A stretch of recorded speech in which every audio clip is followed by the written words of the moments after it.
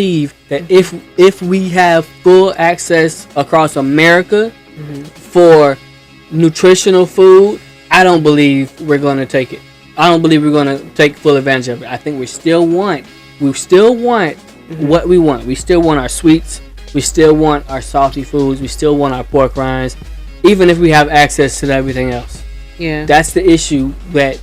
And that's another reason why we have the lower. We're the second minority because we're dying faster than everybody else. Hey, welcome back to Black Press. Thank you for watching. Please like, comment, share, and subscribe.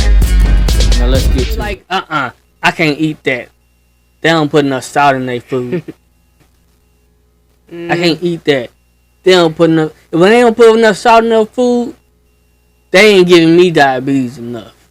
I need that food to give me diabetes. That's what you're saying. When you're saying they don't put enough sugar in their tea, they don't put enough salt in their food. You're saying that don't give me enough diabetes. I ain't eating that. This is just a small group of people. Not everybody. Wait, whoa. When you ever say every cookout, we want to know who made a potato salad. Exactly. That's for because we want more. We want more salad. We want more of the good tasting stuff. That might not, and is more than likely not as nutritional for us. Because, see, now I don't want to get all deep into a potato salad now. Get the celery, the onions, pimentos, salad cubes, all of that in there. But people want their potatoes to be seasoned really well before they even add the rest of the stuff in there. So you add the seasoning of having enough salt in your potatoes, and then add the mayo, like Miracle Whip. You add all that other stuff in there. The sugars you put in there. I don't put sugar. People put sugar in their potato salad. So it's like you adding all that stuff in there. We don't want. I don't know. I just feel like Michelle Obama is not thinking correctly if she thinks the only reason that we are unhealthy is because we have food deserts. Because we got plenty of folks in the South that grow their own collard greens and still got diabetes. Yeah, that is true. They have the worst diabetes because they got access to more food. Yeah. So, in that sense, how would you correct that? We got to change our minds. Now, how much hope I got in that? I don't know. We'll see if enough people watch this show. Because all I'm going to do is tell you the truth. You ain't going to like it, though. So we probably won't watch it. Or you probably going to cuss me out. You know what? Cuss me out. That works. Cuss me out. Because at least then we get some comments. Oh, like, share, comment, subscribe. Because if you comment, tell me I'm wrong. Tell me why I'm wrong. I appreciate it. Just get some interaction going. Also, if we are continuously trying to promote more black businesses. So, please, if you know a black business, send them a clip of this video. Tell them to email us at weareblackpress@gmail.com. And we're going to get you on the show to talk about your business. We want to promote black businesses that are just starting. Mostly just starting like 1 or 2, 3 years. Because we don't want those people that are super successful already. They're already making it work. Yeah. We want to get those people that are needing that free advertisement, free promotions. That's us. We got you. Yes. So make sure you like, comment, share, subscribe, and spread the word. Yes. Now, on to this next part. So I want to tell the second half of the desperation of the military. I'm telling you, it's crazy. Here it is. And Aaron, we now have these Republican senators coming at the Navy for this recruitment tactic. Drag's obviously been a super hot button issue culturally lately. Break this down for us. So back up a little bit here. I mean, obviously, like we heard, the Navy is dealing with what it says is its greatest recruitment challenge in the history of the volunteer Navy. A big statement to make. And the reality is that all of our armed forces are dealing with recruitment challenges in the last several years. In particular, we looked at a survey, and we'll put it up on the screen here, that asked people, how willing are you to join the U.S. military? They looked at that age group where they typically pull recruits from, and only 13% said that they were willing to join the military. That's an issue for them. So the Navy, in this case, stood up this digital ambassador program last October to sort of to test out one way to reach people where they are in the social media spaces. That's the world we live in right now. You have these influencers out there, and everybody wants to get to them to get to potential recruits or customers, whatever the case may be. The military. Yeah, but you heard what he said though. Like, Well, a lot of people are more interested in like being entrepreneurs and doing their own thing than joining the military. That's what's in now. It's not military. It is. That's it's true. like, That's true. Yeah. It's very in. Everybody want to be a boss. Well, not everybody, obviously. But I go back to what I was saying. What do you think is going to happen? Read the history, people. Yeah. Read the history. Like we need to understand the history that's going on right now, because everything is stacking up in the same way that it's stacked up for World War II.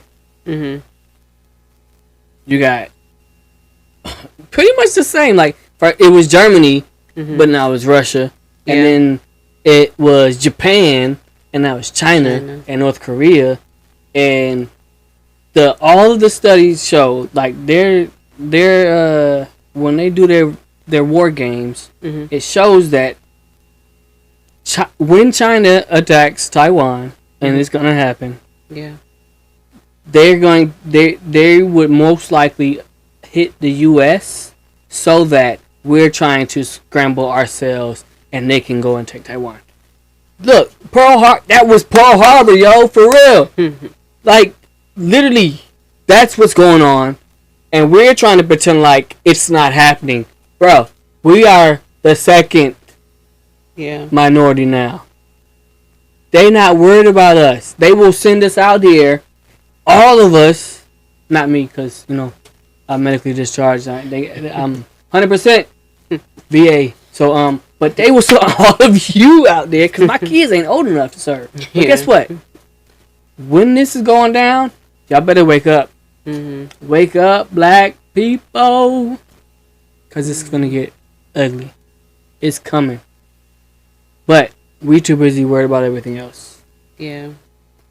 We too busy worried about why somebody's telling us that we're not doing enough. We're not. We're not doing enough if we're not progressing ourselves forward. It's okay, onesie, twosies, but the percentages of everybody propelling forward, not there.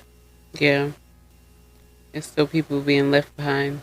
I did the Pew Research. The Pew Research Center said that like 36% of Black Americans have had to borrow money from family members.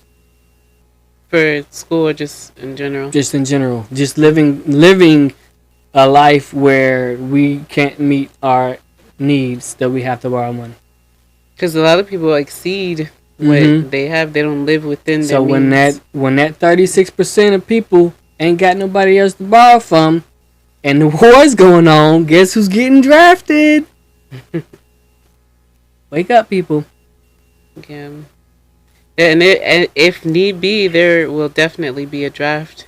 And you won't have no choice to be like, your feelings won't count then. My uncle was drafted. Yeah. Vietnam. True story.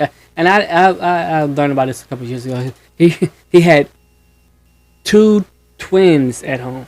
Oh, wow. He had just had 2 twins. And what he did, he said, he went to the recruiting station and said, I can't go to war. I got 2 twins at home. They said, oh, yeah?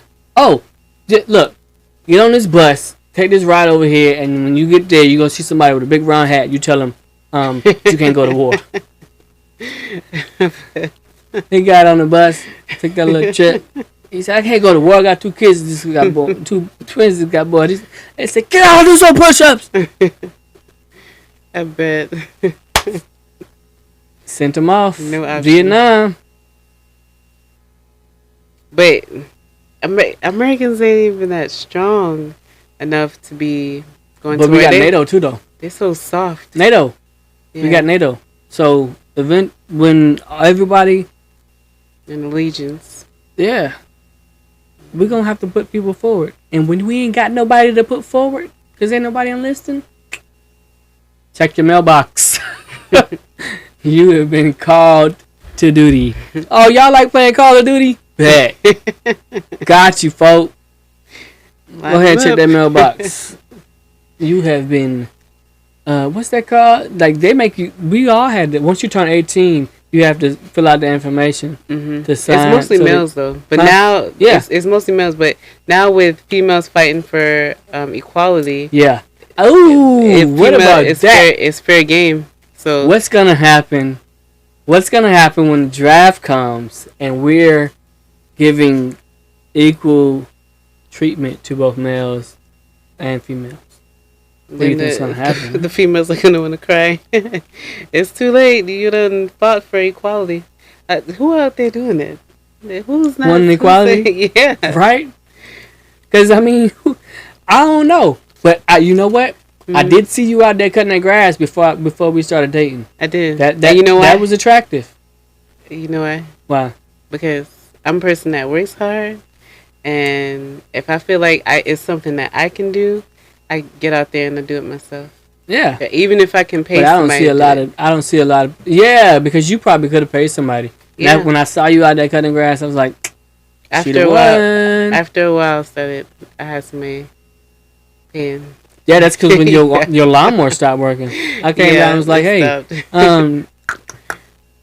you okay? Only half your grass is cut. And it wasn't even broke. It's the crazy thing. Yeah, because then when we finally started dating, I was just like, like, yeah, that's my man. But yeah. Look, on that, we didn't say it enough. I'm going to go to the next clip. Matt Bradley has the story. Yeah, Gotti, so these aren't the first autonomous vehicles on the road anywhere in the world, but the reason why folks here in Scotland are calling this a world first is because these buses are thought to be the first regularly scheduled buses carrying real passengers on a real route. Coming to a street near you. This is going to be the future of public transport. That's that AI The wheels on this bus go round and round like any other. But the steering wheel seems to have a mind of its own.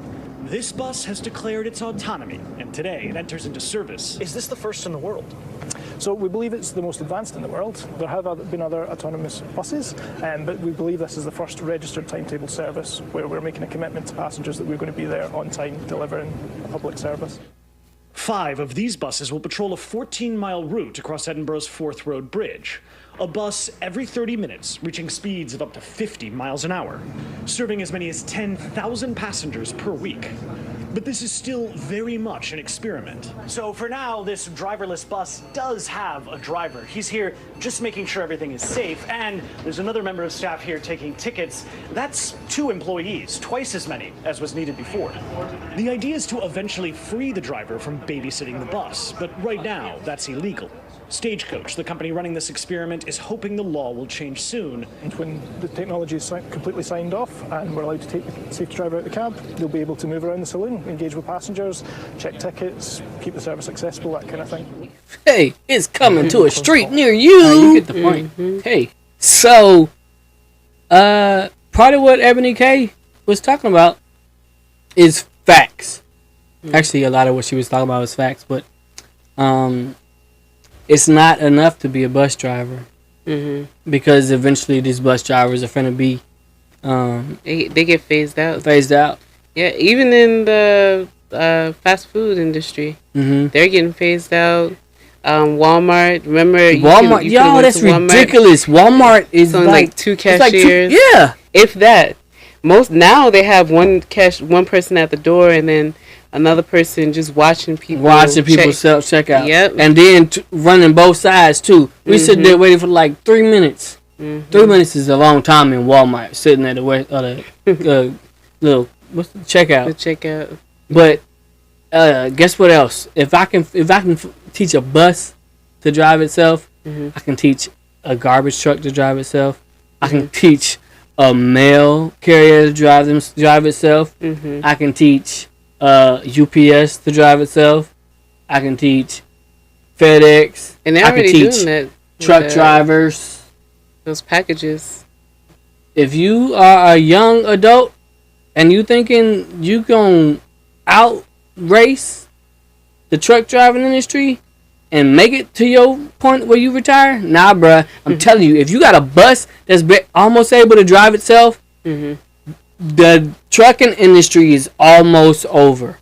Yeah, a lot. This is the AI take. This is the age of the AI takeover. Yo, I'm telling you, you better get your degree in technology because technology is gonna be running everything. And if it's not individual customer service, and they trying to put that out too, but I'm telling you, get your degree in technology, get your degree in a field that physically has to deal with other people. If you do not do that, you're getting phased out. And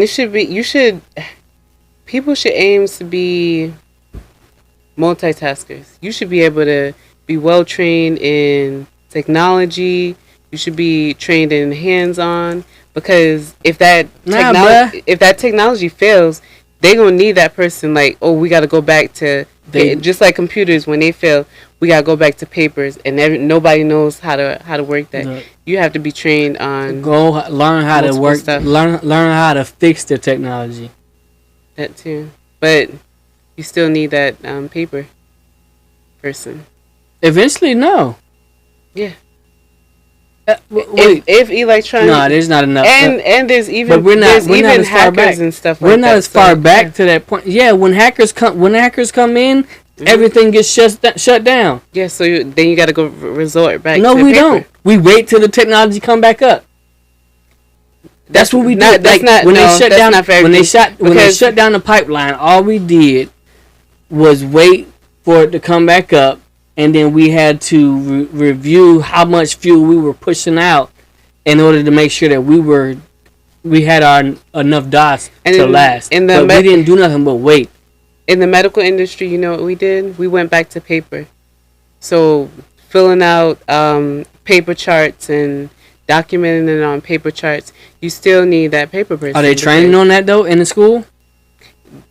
Yes and no. Exactly. They start you off training you on paper, they start you off training you on paper, and then they take you to technology. Eventually, it's gonna stop, and then you'll be able to treat the patient. Yeah, but you won't be able to do the paperwork. You have to be trained in both, though, because technology is not a given. But eventually you're gonna have AI that can fix the AI technology. I think that's far out, but still. Just like men, all they do is go and turn some screws. Just like men fail, technology fails. Who's more reliable? Oh, hold on, we're talking about men now. Who's more reliable? You mean like men, like mankind? Both. Nah, Who's more reliable? No, females have failed on me. Who's more reliable? Me. Technology or AI or mankind?